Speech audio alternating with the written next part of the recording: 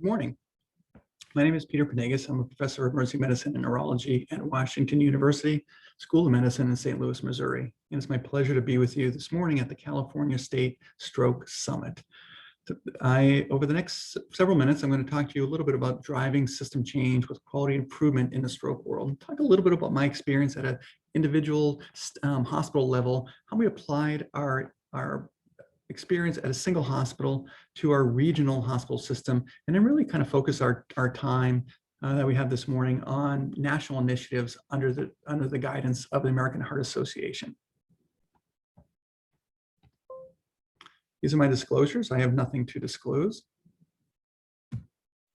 My objectives are fairly simple. I want to at least kind of outline the evolution of stroke quality improvement, talk about a one institution approach to stroke care using lean philosophy, how we applied this philosophy from one institution across a hospital system to invoke change at a wider level. And then we'll discuss the AHA quality improvement programs, Get with the Guideline Stroke and Mission Lifeline Stroke Prehospital. As most patients really care about is where they go when they have a stroke. So most stroke care is local care. At Washington University, we had significant experience taking care of stroke patients. A couple of years ago, we noticed that our door-to-needle times had been creeping up for unknown reasons. And as an early adopter of lean philosophy that was really kind of arised and kind of out of post-World War II Japan, during the automobile production of Toyotas, we use these tenets to improve numerous processes within our institution. And it really is quite simple. You look at volume stream analysis is really kind of the structure. You look at the current state analysis, future state, how would you like it to look? What steps would you need to do to make those improvements? Come up with an action plan, track your performance, and then feed it back to the key stakeholders. We've done this many times over the past, such as a resident-based stroke team in the late 90s, to treating directly in a CT scan versus in a critical care bed, direct from EMS to CT scan, bypassing the ED bed, point of care testing, parallel processing, a really revolutionary kind of really quick endovascular thrombectomy plan. It gets patient quickly from the ED or the pre-hospital setting directly to the cath lab, to other projects such as hyperacute MRI, trying to get patients with a quick MRI if needed, particularly for conditions such as wake-up stroke within 10-15 minutes of arrival, using advanced imaging packages. And then our most current project is direct to endovascular thrombectomy, bypassing IV thrombolysis in eligible patients. So one project that we looked at was looking at our door-to-needle times. We invoked several very simple changes, such as going straight to CT scan, parallel processing, and point-of-care testing. And we're able to make those changes and test those. And just with those small changes, we were able to show at one institution that our door-to-needle times went dramatically down from a median of 60 minutes to closer to 30 minutes, just by using 3 simple changes.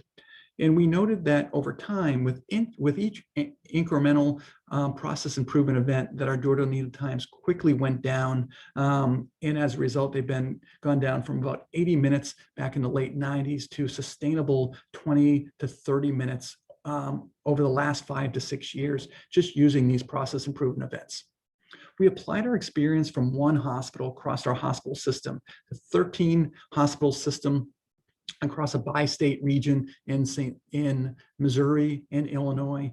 And what we do now is we track our performance using best practices across multiple hospitals, one flagship comprehensive stroke center and the others primary stroke centers, essentially the hub and spoke model that's traditionally been known. So what we do is we look at individual hospital performance for things such as mimic rate, thrombolytic rate, door-to-needle times, volume, and then door in, door out times for hospitals transferring patients for consideration for thrombectomy to thrombectomy centers.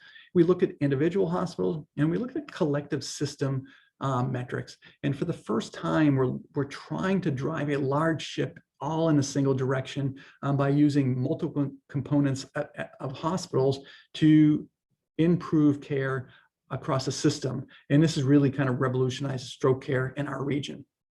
At a national level, AHA quality programs, I think, are one of the most important changes in stroke care that we've seen in the last 25 years, in addition to IV thrombolysis and now mechanical thrombectomy. Get With a Guideline Stroke has been around since 2003. Its largest AHA quality program has over 2,000 hospitals that are participating with over 5 million patient records, which is truly remarkable, with numerous publications that are all high quality, has significant benefits to the hospitals who participate, competitive market advantage. It gives them access to up-to-date research and protocols, educational benefits to the stroke teams, as well as patients, clinical tools and resources, national recognition opportunities. It allows you to submit the data that you collect directly to CMS for core stroke measures, and continuous process performance feedback, so you can have continual quality improvement at your institution. This has really revolutionized stroke care at a national level, but it's hospital-based. As a system-based, Mission Lifeline Stroke is really kind of trying to fit into this area, that it's a program for transforming stroke care, not only at the hospital, but at kind of the system level, trying to connect in a smooth way all the components of stroke care, from symptom onset and entry into the pre-hospital system for EMS, using evidence-based guideline, best practices, measure performance, identifying gaps in care, addressing those gaps in care, and engaging all the key stakeholders in these process improvements at a system level, trying to drive a large system to improving stroke care, not just one hospital. It uses some of the flagship publications of the American Heart Association, Stroke Association, such as the 2019 update on the stroke systems of care, which uses best practices and best evidence to make recommendations on how to streamline systems of care. A recent publication, you probably heard about this early this morning from Dr. Swam, was recommendations for how to integrate and triage patients and treat patients in a regional approach, depending upon where they have their stroke, whether that be a rural, suburban, or urban community, and best practices on how pre-hospital systems of care can get the right patient to the right hospital in the right amount of time. So we're using all of this science to really kind of generate practice recommendations. The first one that was just published just a couple of years ago in 2017 was controversial at the time. And this is a severity-based stroke triage algorithm that used stroke identification, severity tools, and time to identify patients to bring them to the right hospital, sometimes bypassing or triaging patients beyond the closest hospital to the most appropriate. But it quickly became outdated with the advent of the thrombectomy trials and publication of the thrombectomy trials in 2015.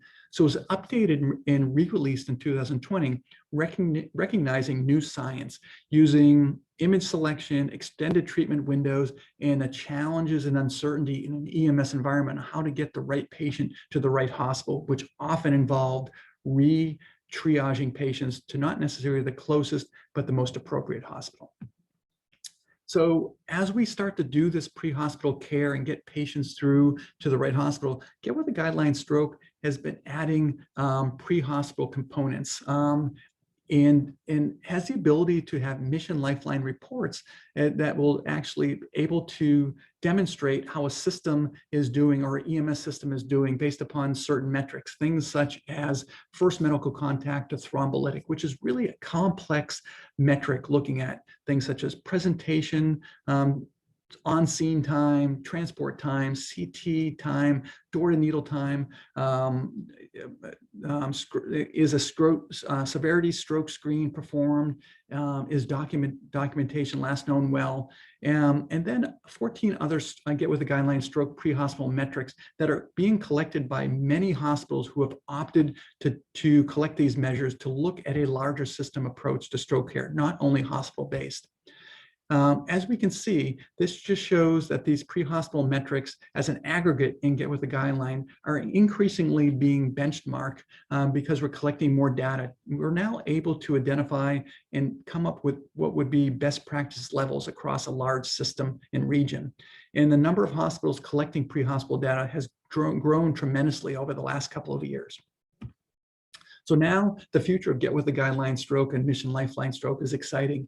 We have 27 elements that we collect in the pre-hospital environment. 8 are required, 2 are conditional. We have 14 pre-hospital measures, and now we can align these Get With the Guideline Stroke coding with the NEMSIS data dictionary. For those of you who know, NEMSIS is a national database that stores EMS data from US states and territories. It really is kind of the gold standards. So we're able to now, that was just recently presented at a webinar by the American Heart Association, look at EMS time trackers and provide customized feedback using data that can be entered from individual EMS systems, regional databases, state databases, through a compatible vendor that can be run through Get With the Guidelines and able to provide customized EMS feedback and EMS time trackers. This is truly revolutionary and I think will change practice. So in summary, stroke care begins locally through innovation and quality. It can be expanded to systems of care in regions, and AHA Get With the Guidelines Stroke, this pre-hospital layer, collecting EMS data, is allowing us to establish benchmarks for pre-hospital care, and AHA Mission Lifeline Stroke with 14 pre-hospital measures is aligning with NEMSIS, is allowing us now in the future, very near future, to provide EMS feedback form and EMS time trackers. Now we can look at an aggregate view of a region's stroke care and performance, which is really going to drive better care. As I like to put the slide up at the end of most of my talks, stroke is really a team sport and requires so many people to do it the right way. For those of you who are interested in more information, there's several slides adapted from the May 18, 2021 AHA ASA webinar entitled Putting the Pieces Together. Please check it out for more information. Thank you very much.